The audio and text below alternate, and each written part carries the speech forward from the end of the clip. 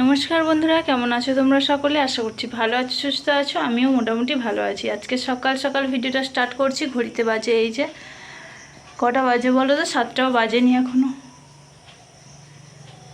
7টাও বাজেনি এখনও। তো সকাল থেকে ব্লগটা স্টার্ট করছি। সবাই কিন্তু কেমন আছো অবশ্যই কমেন্ট করে জানাবে। আজকে দেখো স্নান টান করে রেডি হয়ে পড়েছি। আজকে সকাল সকাল যাব হচ্ছে মন্দিরে। এই যে মন্দিরে দাঁড়ো, ব্যাক ক্যামেরায় দেখো। দেখো সমস্ত কিছু এখানে রেডি হয়ে নিয়েছে, মা রেডি করে ফেলেছে। এখানে মন্দিরে যাবে এসব, আর এসব যে মা এসব কিন্তু রেডি করে রেখে দিয়েছে আগে থেকে।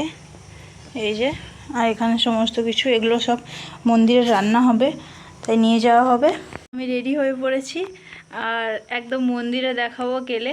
অনেক দিন থেকে মানসিক ছিল বাড়িতে, সমস্ত কিছু মন্দিরে যাই, তাহলে ওখানে কথা বলবো। ঠিক আছে, চলো সঙ্গে থাকো, দেখতে থাকো।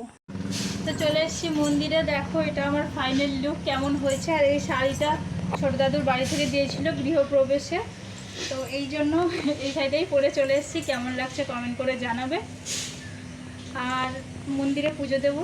মন্দিরে এক্ষুনি এলাম, ব্রাহ্মণ ঠাকুর এখনও আসেনি। কেমন লাগছে প্রথম জানাও কমেন্ট করে। আর ক্যামেরাম্যান হয়েছে আমার ছেলে, আজকে আমার ফোন ধরে দিয়েছে ফার্স্ট টাইম আমার ছেলে। কেমন হয়েছে জানাবে। তো দেখো মন্দিরে কিন্তু ব্রাহ্মণ ঠাকুর এখনও আসেনি।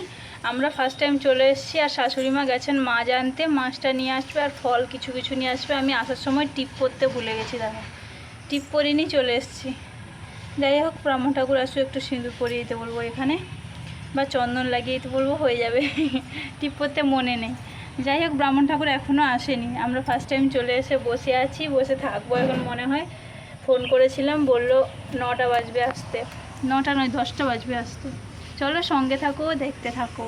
তো দেখো চলে এসেছি, এরপর বসে পড়েছি একটুখানি, মানে আদা টাদা ছাড়িয়ে ফেলছি। ব্রাহ্মণ ঠাকুর এখনও আসেনি, তো আগে থেকে কাজগুলো একটুখানি এগিয়ে রেখেছি। আর আমার ছেলে যেহেতু ক্যামেরা ধরছে, ওই জন্য একটুখানি ডিস্টার্ব হচ্ছে, কিছু করার নেই। কী বলবো, আর ছোটো বাচ্চা তো, আর ধরার মতো কেউই নেই। ওই জন্য ওকে বলছি একটুখানি ধরিয়ে দিয়ে একটুখানি সবাইকে দেখাবো।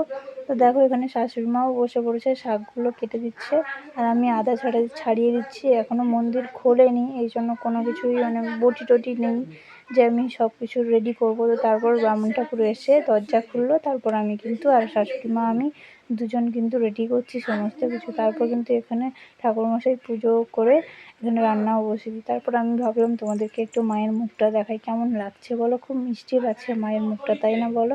তারপর চলে যাচ্ছি, আমি বললাম রান্না হয়েছে কিনা, কমপ্লিট হয়েছে কিনা, চলো দেখা যাক। তারপর ব্রাহ্মণ ঠাকুর বসে, মানে রান্না কমপ্লিট, শুধু মাছের ঝোলটা হচ্ছে। ওখানে মাছের ঝোলটা ফুটছে, আর এখানে ভাত, চচ্চড়ি, ঘন্ট, ভাজা সমস্ত কিছু হয়ে গেছে। শুধু মাছের ঝোলটা হবে, মুড়ি ঘন্টও হয়ে গেছে, আর চাটনিটা হবে। তো সমস্ত কিছু রেডি করে রান্না করে বাড়ি চলে এসেছি। আর বেশি কিছু দেখাতে পারেন। তারপরে এসে পৌঁছে গেছি, দেখো ওদিকে কিন্তু সমস্ত কিছু ঢাকানো আছে, সবার বাড়িতে দিয়ে আসা হয়েছে। তারপরে দেখো বৃষ্টি, প্রচণ্ড বৃষ্টি, মানে এসে পড়েছি তারপর বৃষ্টি। দেখো কত আমাদের ভাগ্যটা কীরকম, দেখো মন্দির থেকে এসে